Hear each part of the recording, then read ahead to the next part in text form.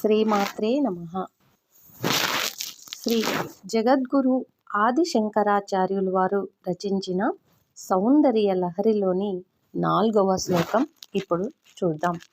ఈ 4వ శ్లోకం ఏమనగా, త్వదన్యః పాణిభ్యామభయవరదో దైవతగణః త్వమేకా నైవాసి ప్రకటితవరా భీత్యభినయా భయాత్రాతుం దాతుం ఫలమపి చ వాగ్ఛా సమధికం శరణ్యే లోకానాం తవ హి చరణావేవ నిపుణే.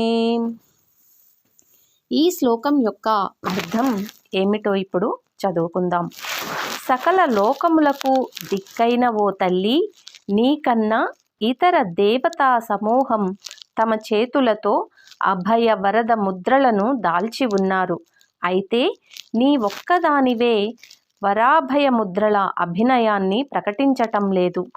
భయాల నుండి కాపాడుటకు, కోరిన దానికి మీదు మిక్కిలిగా ఫలములను ఇచ్చుటకు నీ 2 పాదములే సమర్థత కలిగినవి కదా. కేవల చరణధ్యానంతోనే వరదానం, అభయదానం అనే రెండింటిని లభింపచేస్తుంది అని భావం. 4 చేతులలో పాశాంకుశాలు, చెరుకు విల్లు, పూల బాణాలు ధరించిన శ్రీ లలితా మహాత్రిపురసుందరి రూపాన్ని స్ఫురింపజేసే శ్లోకమిది. ఓం శ్రీమాత్రే నమః.